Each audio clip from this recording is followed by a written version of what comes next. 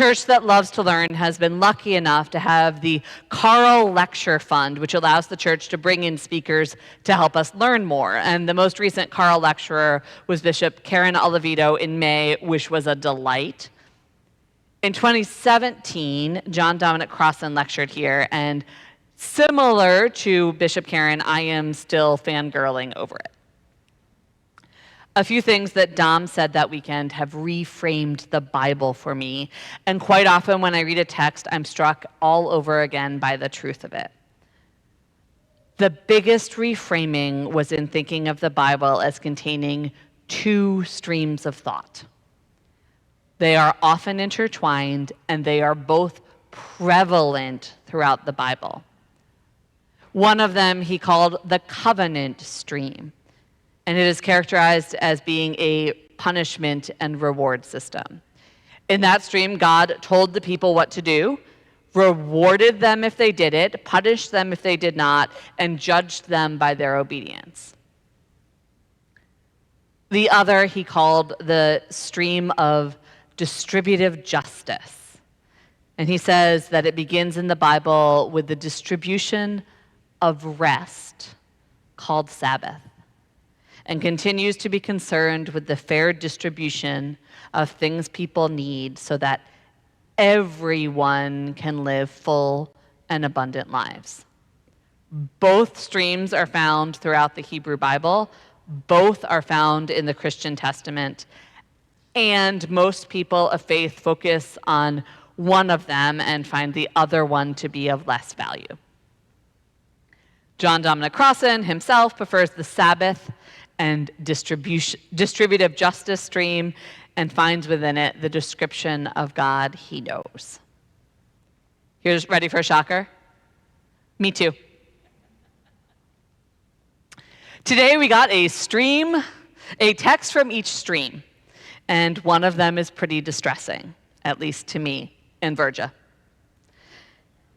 In 1 Samuel, God tells the people to destroy one of their enemies in a holy war, which meant the complete and utter destruction of every living thing in their village.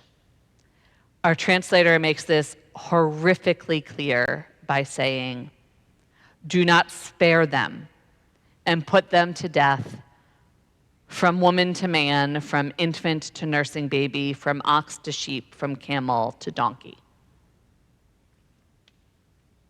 It makes me want to puke. And then the story goes on. It turns out they only killed most of the living things, but kept the leader alive and some of the livestock, claiming that they wanted to sacrifice the livestock to God. And in this story, in our Bible, we are told that God was really, really mad about this, because when God says kill them all, you're supposed to kill them all and not just most of them. And this is used as a reason that Saul is replaced as the king of Israel. So I'm going to give us just one more moment to be horrified, and then I'm going to soften these blows a little bit. So a few things to bring into the reading of this text. The first is that it is probably not historically true. This is a story that would have been told for a long time and then written down way later. And in other cases that we read about destruction like this and are able to verify it, the destruction did not happen, thus making it likely this destruction also did not happen. The second thing to hold is that 1 and 2 Samuel are just pro-David propaganda to their core, and this story functions to establish David's authority by diminishing Saul's, which is just a reason to distrust it. Anytime something has an angle, you notice that. The third and final softening of this text, because I don't have that many ways to make this better, is the reminder that the Hebrew Bible as we know it was written down in the aftermath of the exile, when the people had experienced unprecedented death, destruction, trauma, and horror. And the primary question of the people as they were writing down these stories was, why did this happen to us? And this story seems designed to answer, this happened to us because we were unfaithful and God punished us. A whole lot of people today believe that bad things happen because God punishes them. I would even say that most of those people were raised in the covenant stream of reward and punishment and may not be aware there are other options. And this story fits very well into that stream.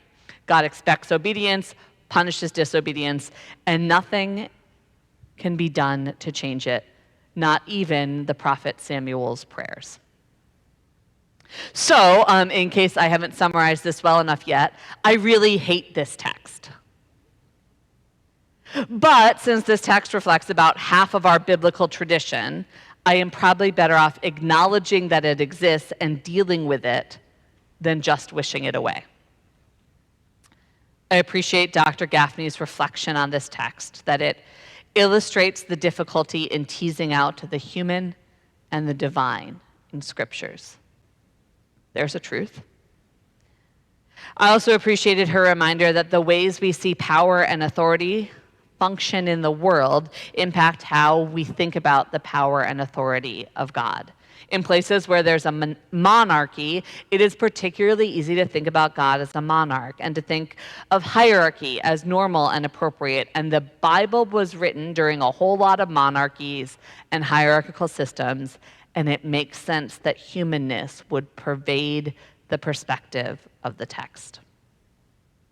Now, we also have a text today from the other stream, from one centered in distributive justice, which after 1 Samuel is a breath of fresh air. And I appreciate in it that I can also hear these regular and repeated themes of the Bible, because this one is also deeply rooted in our text. Those who would say that God is all about punishment and rewards may actually have a hard time making sense of a text like this one. The psalm even can seem a little bit simple. It starts out with someone praising God, and if you've read any other psalms, you might be tempted to be like, yeah, what else is new?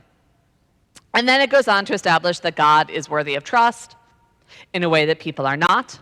And then it talks about why God is trustworthy and worthy of praise and is the source of hope and joy. And the reasons are actually also really normal. Because God created all that is. Because God is a God of justice who brings justice to the oppressed. Because God is the one who feeds the hungry.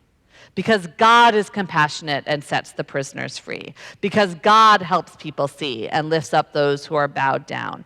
And God is the one who loves when good things are being done. And God is the one who cares for the stranger and takes care of the vulnerable, including the widows and the orphans, and confuses and confounds those who would do harm.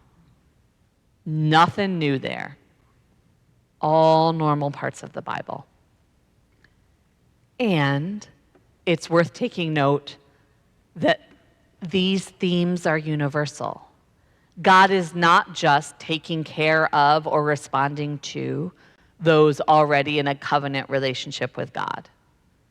These talk about a God who cares for everyone. God is inverting the social order and taking care of those with the least capacity to take care of themselves, which says that the normal social order isn't the one that God would have it be, and would mean that those who are doing well are not being rewarded and those doing poorly are not being punished. Instead, both those doing well and those not doing well reflect a need for a more just distribution of resources, and God is working on it. So as I mentioned, I have a really strong preference for one of these streams of thought and ways of understanding God. I would, in fact, go so far as to say that I think one of them is right and the other is wrong, or as close as I would be willing to be to using words like right and wrong to talk about God.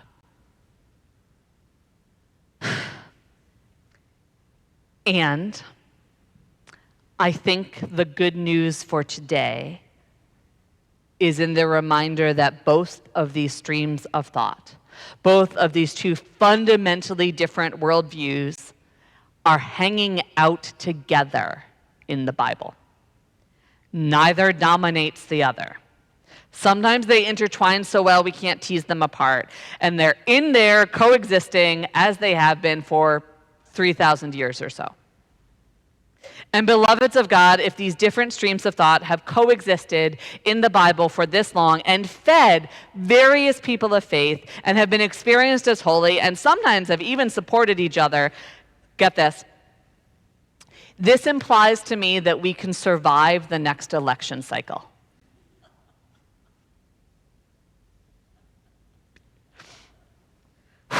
Which is good news. I adore that the Bible feels free to contradict itself with different versions of the same story and even different basic conceptions of who God is and how God is. I love that there is space for the fullness of humanity and the fullness of the divine. And I actually love that teasing out which is which can be really hard because it deserves to be hard. And we learn while we're trying. And our disagreements usually teach us a lot that we need to know.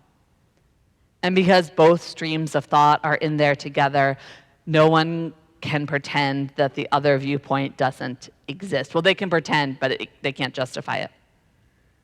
We can value the two streams differently. We can look at them with differing lenses, but the inherent differences in how we understand God and the world are in the Bible in black and white, requiring us to notice that the differences exist, requiring us to struggle with what we accept and what we reject and why.